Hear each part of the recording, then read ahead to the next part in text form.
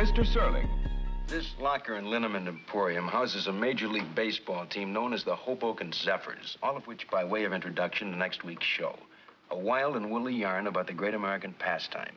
It's called The Mighty Casey, and it's all about a left-hander who pitches like nothing human simply because he isn't. Mr. Jack Warden takes us into the stadium next week for 9 fast innings on the Twilight Zone. We got casual It's serving. so weird seeing him without a tie. Yeah, I know. No, I don't like it. He's very relaxed. Put a tie on and get your fucking cigarette, man. I need to know how many smooth Chesterfields are going to be smoking during this episode. Now, this is season 1, so we're still a Oasis branded sponsor. Oh, okay. Chesterfield comes a little later. Oh, okay, of course. Yeah. Not quite as mild. By the way, what does my life come to when I remember which cigarette sponsors in which seasons of Twilight Zone? I think I've done a little bit too much reading up on these. You have indeed. I'm okay. So we're getting an android at sports here, or a robot sportsman here, or something like that. I was interpreting it as like an alien or an ape man or something. Or could be that, yeah. I think usually sports kind of. I feel like they put something like they kind of do the superior than human thing, don't they? Yeah, I am. So it's a robot I want it to be, and I want it to be like an obnoxious 50s beep boop robot. I really want that. Oh yeah, I'd like it to be the campy. I think you said you were going to throw a campy one at us at some point. Yeah, I'll tell you in a few minutes why I picked this one. Okay. So he name dropped Jack Warden in this, who plays in The Lonely. He's the main character in The Lonely. Oh, he's which great. was the first episode in our series. So there might be another robot that he falls in love with, maybe not. The fact that it's a baseball themed one is, I don't know if that's going to hit with me, because I do like my sci-fi-ish. Like I'm talking as if I haven't seen this one before, but that would give me a little bit of pause, the baseball stuff. It's like sports episodes of The Simpsons. Like you like them for The Simpsons, but you pay no attention to the sports. I have one rejoinder to you both, which is death to the opposition. Aha, yes. It's the exception that proved the rule. All right, let's get some numbers. Pre-ratings? Go on then, Auto. Oh, do you want to start us off? Yeah, go start us off. Yeah, no, that's fine. I love influencing minds and winning hearts. So I left you off end of last episode with a little tease that this is IMDb's lowest season 1 episode rating by half a point. And they had 37 episodes. So this is a half point lower than any of those. That being said, I actually kind of like it. They don't do comedy really well. That's not Rod Serling's forte. So there are a lot of the stinkers, in my opinion, are ones where they try to be funny. So this one tries to be funny. I think they pull it off fairly well. So normally this is where I would pre-rate a safe 7, but since that's banned, I'll go 6.5 rods out of 10. 6.5. I think I'm going to sit on the fence. I'm going to sit right on the fence and say I'm not sure what to expect here. This is either going to be like a camp classic that I'm actually going to really enjoy, or it's going to be just bad. So I'm going to pre a 5. I'm going to say I don't know what to expect. I'm not getting any signals from Auto of where this is going. Usually you'll either come out and go like, you might like this, or you go like, this is the best thing ever. So I don't quite know where to be influenced. I'll stick with a 5. How about you, Stars? Yeah, this is a very much an unknown quality, because all the other ones have had a very certain sort of relatively consistent tone with variations within. This one feels like it's going to be the weirdest one we've had so far. So I'm going to be err on the side of optimism, but cautiously. I'm going to go with 6. I'm going to go with 6. All right, then. Let's go and watch the episode.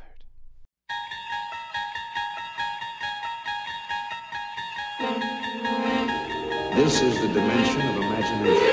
It is an area which we call the Twilight Zone.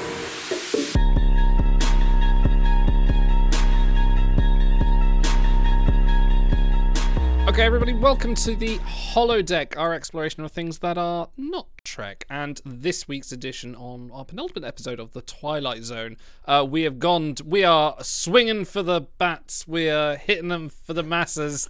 It's close. Yeah, no, I don't know my sports analogies, but we've watched The Mighty Casey, a baseball comedy of sorts about a certain person who... turns out all they needed was a heart after all. In the very kind of almost Wizard of Ozian kind of analog. Auto, please tell us why you picked this episode for our run.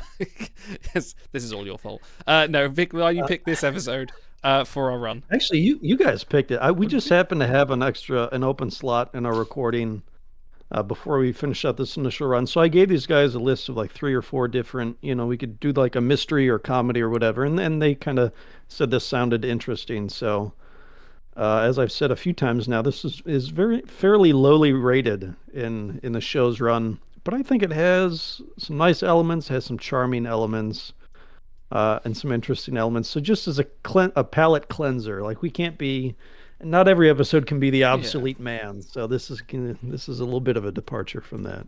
This possibly has to be like there's a radical departure from everything we've watched, because this presents itself more of a like, there's no big dark twist. There's no big morality play. It's just like, what if our picture was an android, and then all of a sudden he was just too kind? Like, that kind of is literally it in a way. I've heard some people. I think also you posted like someone said like it's like Measure of a Man, but in baseball terms or something like that. The measure of a baseball. Yeah, the measure of a pitcher, something like that. This is a weird fucking episode. Like it felt like a Three Stooges, I think. So. Well, the funny thing is, so like you encouraged me to watch some Andy Griffith with you, and I actually had a pretty decent time watching Andy Griffith, and it's like it's interesting seeing the comedic conventions of the time across 2 very different TV shows. And all I can think of is that this is kind of straddling the line between comedy and I guess sports drama, I guess the other genre it's doing. And it's not doing either of them particularly well, but at least it's trying, at least it's having fun. It might surprise you. I feel like I'm watching Casey. I'm like, yeah, you go, sport. It might surprise you to learn that I am not very familiar with sporting movies of the 60s eras. Really? Yeah, no, I've not followed any of those. You were connoisseur. Yeah, I know. I mean, I think Dodgeball is about as close as it gets. But this, I can definitely see the hallmarks of what makes like a sporting film. They're down and outs, and they're all trying. And this is the thing that brings them up, and they have the moment. And you kind of almost got a lot of that sort of 50s, 60s television stings of like it felt like I was watching a normal episode of something like Happy Days, or this could have been like a side story in some long running sort of situational comedy. That 70s show, that episode. Yeah, a little bit. The episode where they have a robot that plays baseball. Like it kind of felt a bit like that, as opposed to Twilight Zone. They had the newspaper montage. Yeah. They had slide whistles. Oh my god, the slide whistle. They had like a second montage when they were started to win games. It was very tropey. We had the win one for the Gipper speech in the locker room. Yeah. Which was very funny. Like, it's such a trope. But it was there was some. Jack Warden did a good job, I think, with hitting the lines, the funny lines. ROBBOTT, and God, why do you have to pick on me? And Jerry doesn't have a heart, and he owns 40% of the club. So that was good. I like that. Like, there are enough funny moments that I think strung me along to keep the charm flowing. It was very entertaining. Like as an episode, someone said, "Hey, there's this funny baseball episode. Like, go watch this." I'd be like, "Yeah, this is fun. Like, this is a good watch." It was, yeah. There's at least one good joke in every scene, which I feel like is kind of like the bare minimum of like, yeah, I'll watch this. It's not, it's not Who's on First. It's not, Take Me Out to the Holosuite. It's not. It's not Cool Runnings. It's not any of these other things. It's very much it's not. It's Rod Serling decided, let's go for the lighter side. It really does feel like the news is like telling you all about the horrible things that's happened and say, and now on the lighter side, a robot that plays baseball. But he still plays it with the same kind of like, now we're about to turn into B for baseball in the Twilight Zone. He's still very much portraying it as a. All right, so this Sterling has filtered through Kate Mulgrew, I guess. Wow, that's actually pretty accurate. There's coffee in that baseball stadium.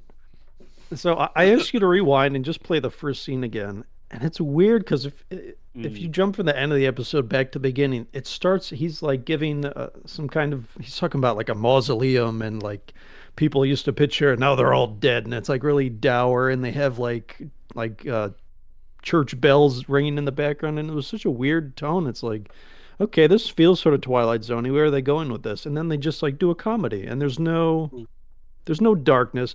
I think there is a decent conversation we had in here about you give the robot a heart, and then his creator explains, well, he doesn't understand competitiveness or ego, and so this is how he behaves. And it was like you could dive into that really if you wanted to, and kind of pick apart what makes men tick. And I think there's just enough of a thread in there that it intrigues Well, we know what me. makes men tick. It's the castanet in their chest. Yeah, literally tick. Yeah. Literally ticking along. Okay, It's a weird one. I'll give you some behind the scenes here because it's actually might be more interesting than the episode itself.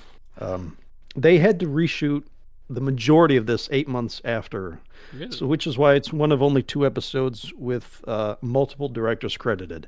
The original manager, Mouth McGarry, was to be played by Paul Douglas, who plays a ball coach in the 1951 movie Angels in the Outfield, if you want to see what might have been in this episode.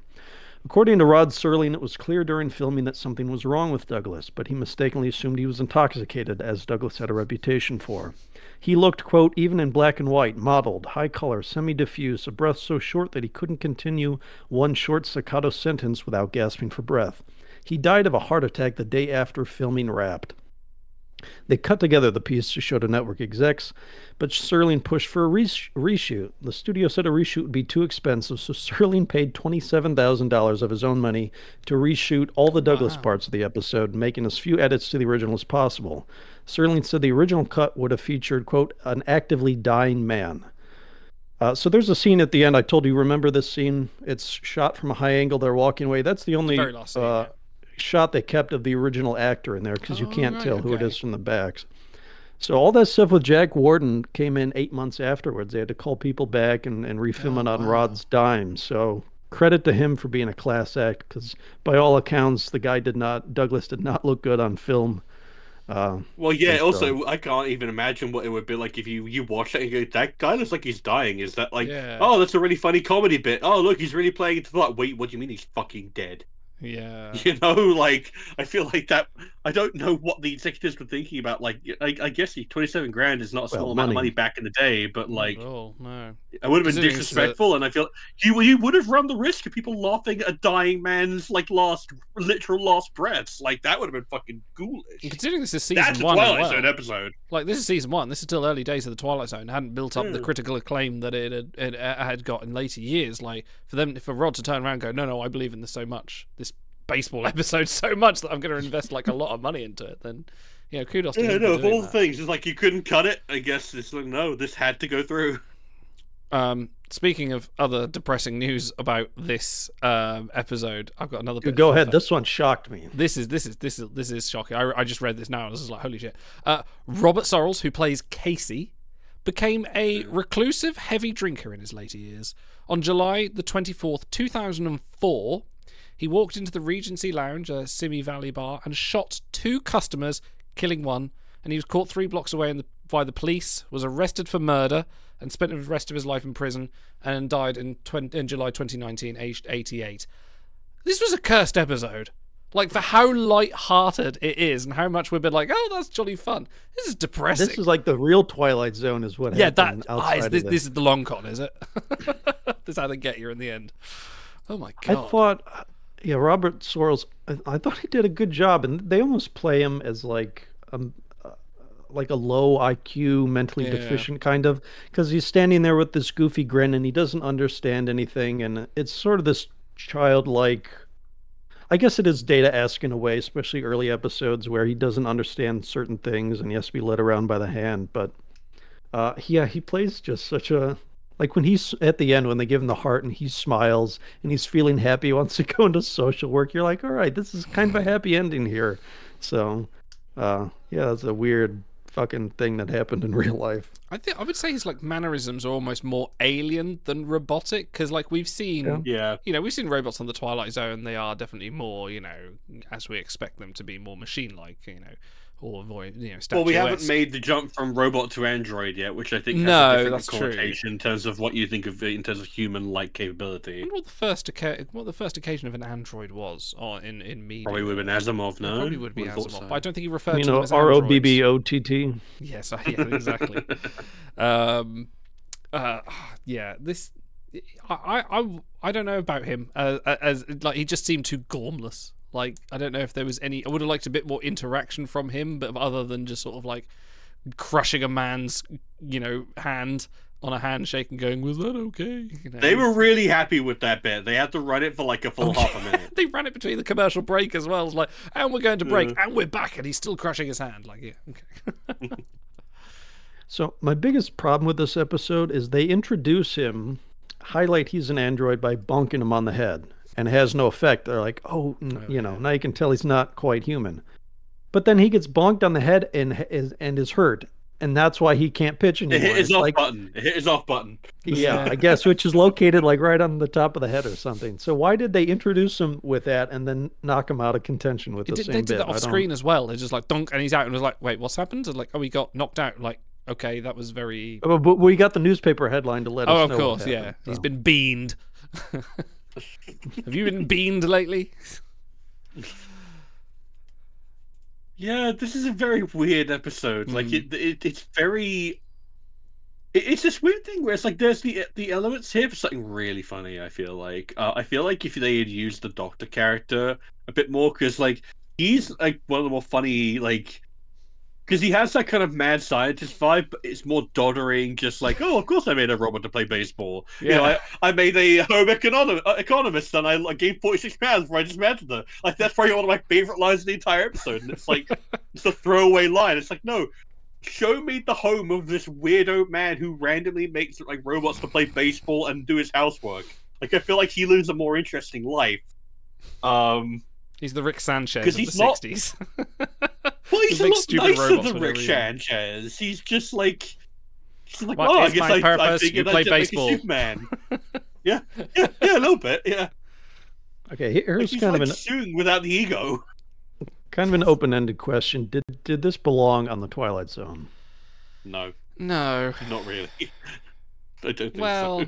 I mean, I can see where they about some last 5 minutes. You could change it. Yeah, I can see where they were going with the like, oh, we gave him a heart and now he cares about people, and that's like a reflection of humanity. That maybe if someone simple with a heart given to them can be the better part of morality. But that didn't come across as obvious, or as at least as part of the main drive of the episode. It was more like, here's a freaky comedy with a guy who can pitch slide whistles at 60 miles an hour. Yeah, because it's like we've tackled sentimentality on the show before, and I feel like that was a much better, with the two lovers. What is it? That's coming up after this. So. Yeah. Guess what? We're also shooting out of order. Yeah. And I feel like that tackled sentimentality a bit more earnestly and a bit more in tone with the Twilight Zone. So I know this is season 1; they're still finding their feet and working out what they're doing, but this just doesn't feel like it fits. Like the intro alone should have cut. Like if I were doing, because you do your dailies, right? You watch like what the thing looks like when it's gonna be finished. I would have sat down, saw that fucking intro, heard Serling give that that monologue, and then it goes right into like kind of low key farce, and I'd have been like, guys, what are we doing here? Are you shooting for another network? What's going on here? But remember, a lot of that had to be refilms, and 8 months later too. So I wonder how much of that, if you'd have seen the original, would it have been a little more serious? Because I think Paul Douglas in Angels in the Outfield, I watched just a little bit of that this week. He was a little more serious, a little more gruff in that one. So I wonder if how much the reshoots did affect that. I mean, you're right, tonally, it's definitely discordant. That's why I said, can we go back and watch that? But to answer my question, seeing it like that, you absolutely were right to do that, because oh boy, that threw it into shock relief. I guess I agree. It doesn't really fit Twilight Zone, but the part where he gets a heart actually has me asking a lot more questions than some of the, like we just watched Nightmare at 20,000 Feet, and there's a little twist in there that you're like, oh, did he, didn't he? But this one I feel like actually inspires me to ask and discuss a little bit more about androids and humanity than that last one did. So I feel like from a certain point of view, there's more depth here than some other episodes, even though it is just cheesy it is romp. played very sort of like robot light. And as someone that's like, I'm currently rereading a lot of like Asimov stuff, like his the Complete Robot, which is a fantastic like look into all of this kind of stuff, like what makes a machine and not a man. Like this is played very much for a casual audience to go like, he's a robot, then we put a heart in him, why couldn't I? And it's very kind of like light robotics, as like, just tell it, we'll tell you he's a robot. We couldn't be bothered to put like antennas on his head, and we're not going to go into the deep machinations of what is sentience. We're just going to say he's a robot. I mean, this robot is so simple. He has one sheet of blueprints. Yeah, yes, exactly. One slightly crumpled Which piece his of creator paper. carries around with him at all times in case he needs them. Yeah, that's his equivalent of like, like the pictures in the wallet instead of them showing like, look, here's my kid at the kindergarten. It's like, look, here's my blueprints. That's why I kind of like the Doctor, because he's just very carefree, like patents, trademark. I don't care. It's just on it. I don't care. I just do this for fun. There you go. Have a Android. Yeah, it Super feels Tea. like he's from a more like, because I feel like Twilight Zone, you could absolutely do a bit more comedy, but it has to be a very certain type, and I feel like the Doctor character belongs in an episode of Twilight Zone comedy that I'd much rather watch, where everyone is a fucking weirdo, where everyone just lives this like insane life where there's no restrictions on what you can do, like BioShock but funny, you know. Like he belongs in a fucking rogues gallery with Sander Cohen and fucking Dr. Steinman, and meanwhile like Jack Warden's over here like doing fucking Angels in the Outfield. And it's very bit more of a different field going on here. There's also a bit of a meta conversation about if you're new to a series, have someone recommend you the greatest hits. Because if you go in blind, because no, I mean, if you'd watched 5 episodes that were all like this, you'd be like, I guess I wasn't wrong to have skipped it in the past. But if you go through and watch like the 5 best, you're like, holy shit, I got to watch more of the show. So. This is why me and Stars have been agonising back and forth about how to introduce Doctor Who to you, but yeah, that's another conversation. This might be jumping ahead to the rating, but I feel like this is not a good episode, but I enjoy it. Yeah. You know what I mean? I didn't hate it. I had a decent time. Yeah. Yeah. But I objectively, I don't think it's good. I think like Twilight Zone would be better if they, either removed it or reshot a different concept or something. But okay, how about we talk about our bread, our best, well, the moment that stuck out in our minds in this episode. What was it for you? What was it for you, Otto? What was the moment that stayed in your head? Just when they're explaining to Mouth McGarry at the end, well, why couldn't you strike him out? And he just says this. Casey has this big smile on his face, and he said, "I just didn't have the heart for it." And I feel like that's a nice. Social media bombards you with negativity, and me especially of late, I've just been chipped away at and eaten away at with that kind of stuff. And it's so refreshing to just have a character go, I just didn't want to hurt anyone's feelings. I'm not here for money or fame. I'm here to experience new things, which is why my creator put me here, and to play on a team and have some fun. And I didn't want to hurt their careers, he said. So that's a nice little refreshing take that it doesn't really have big consequences or anything, but it made me feel nice for a second. Yeah. How about you, Stars? Bread. What's my Muppets. bread? It's probably got to be the newspaper montage, just because you see them done so infrequently nowadays. They're always done as parody. And it reminds me of the first time I played L.A. Noire, because L.A. Noire has like a very straightforwardly played noir plot down to like a throaty mouth detective giving you a monologue about like the evils of the seedy city, and it's like you're so used to it being parodied and everything that you see it played straight, you're like, oh yeah, this used to be like your common visual language. You're like, oh yeah, this still works. It still absolutely gets it across. It's still fun. Still like enjoyable. It still gets across. And then like, guess what? We're winning, and we're fucked because he got beaten. Yeah. Like that's a great comedic bit. It's fun. It's like that's memorable. It's like it's cute. And I guess if I had to pick another bit of bread. Well, you don't have to. Probably you can. No, I actually want to because I do want to highlight it. The medical doctor in the bit at the hospital where he's just like completely flummoxed as to why he can't feel a heart. It's like he also feels like he should be in a different episode. Like he should be in like Airplane doing like fucking Leslie Nielsen lines. But I don't know. Yeah, it's just. The more farcical it got, the more I enjoyed it. I feel like I would have Section 3 of the baseball code states a team must Why was he in consist the of hospital? 9 men. That We gotta guy get him was here so now. funny. Yeah. Fucking Samuel T. Cogley there. Fucking He looked like fucking Leonid Brezhnev to me, but like, yeah, also goggly. Idol, What are you on? What's your bread? bread? My bread. We're gonna so overuse that. It was definitely with the high school slide whistle enthusiast that was like constantly behind the pitching. Like, he's pitching a fast one. He's pitching a slow one. Like very, very kind of just like overtly obvious, and like the high school marching band that was just waiting by the winds to do that.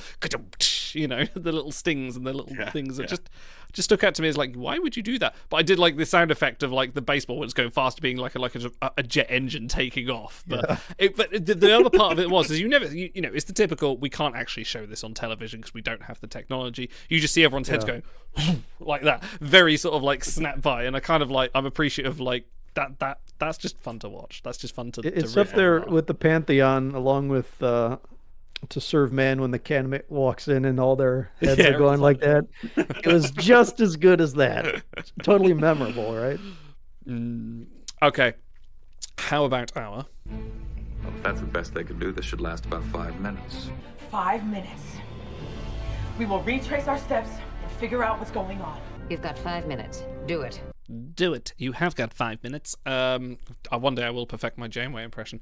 Yeah, what was your 5 minutes? What would you change about those last moments in this wonderfully cheery episode? How about you, Otto? How would you change it? See, I didn't think ahead of time, so I have no... I think I just do a twist on the robot thing. Either like slowly replace everyone on the team with like evil robots who don't have a heart who play really well, I think it's or what like happened, wasn't it? or like replace the other team's pitcher with, you know, another robot who has a heart who ends up pitching real bad, something like that. I don't.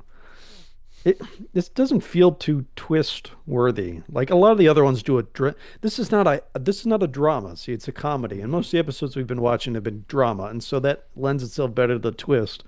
Where this one, I don't know.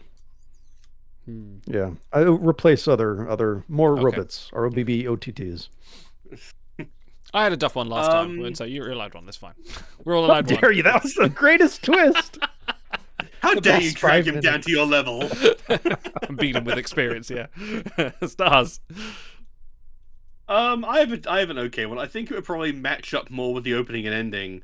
So you have like roughly the same kind of like denouement, and you have McGarry look at the roll of blueprints, but instead of him going after the doctor, you just like hard cut to another newspaper montage of just like his team winning, and then it turns out, and then it's like, oh, McGarry becomes like premier baseball coach to the world, and then it just turns out he's replaced every baseball team on Earth with robots, and then you get a hard cut to 20 years in the future, and he's just like boredly in the dugout watching, and it's just like a perfect game of nothing but of robots pitching to each other, and that's why it's a dead game, because no one wants to sit around and watch a perfect game, and all the seats are empty, but the teams are still playing. That's good. That's good. I feel like that's a decent one. There's an episode, I believe it's called Steel, and the premise of that, without giving too much away, is in the near future they've replaced all boxers with boxing robots because, you know, for injuries and whatnot. And that actually episode has a lot of heart, so they like writing about robots in this show, I think. It's the 60s. How can you not? Mine's similar to yours, Stars, in the way that, you know, goes off and he takes the blue. The Truman Show. No, not quite. Okay. Let him off the hook now. Yes, we're all just watching the androids play baseball, and that's the only real existence. No, it's similar to your, Stars. He takes the blueprints off, and, like, you know, he goes to the end, but instead of saying, I have a heart, he goes, no, I mercilessly destroyed them.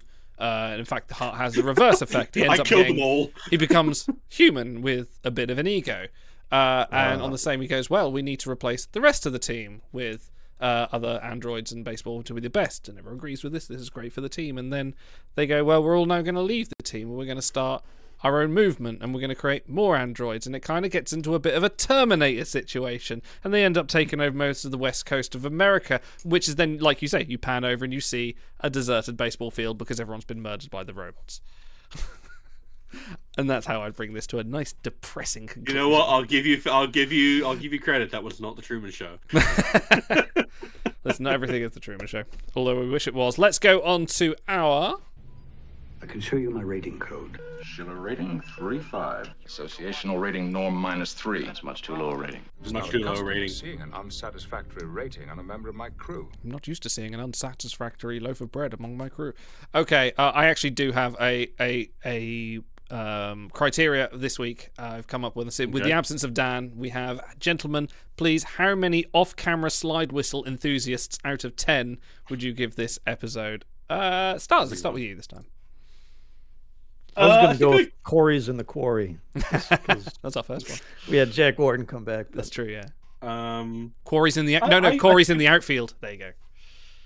Nearly. You still want my rating? Yes, please.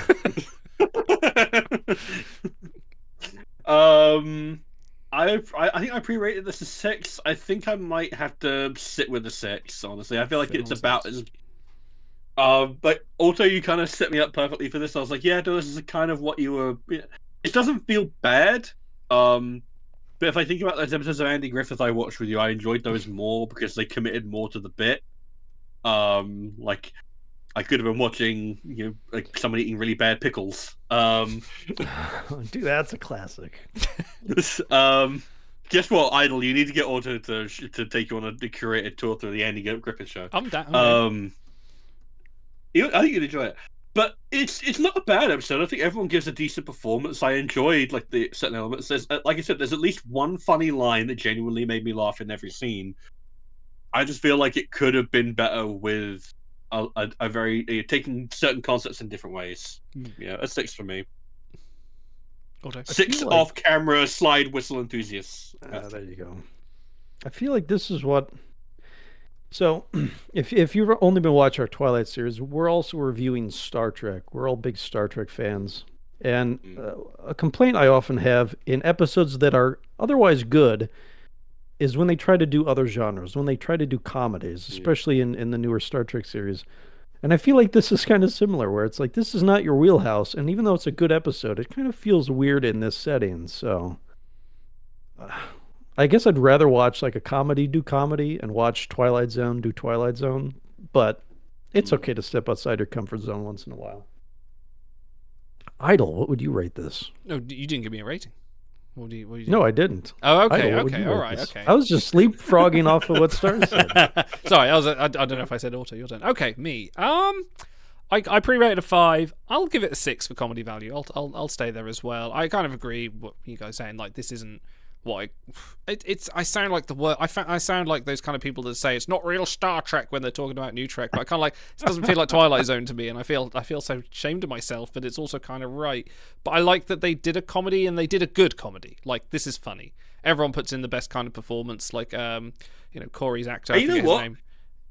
This could have been a lot more embarrassing and awkward. There could have been a lot more racial or other kinds of humor going on here, depending on the time period. So, like, well, yeah, guess what? This is the advantage of having a good creator, unlike someone we know.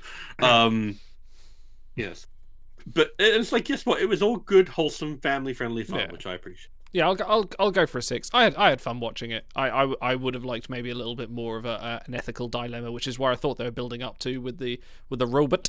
But sadly, it was just a heartfelt, cheery tale that made me laugh, made me smile.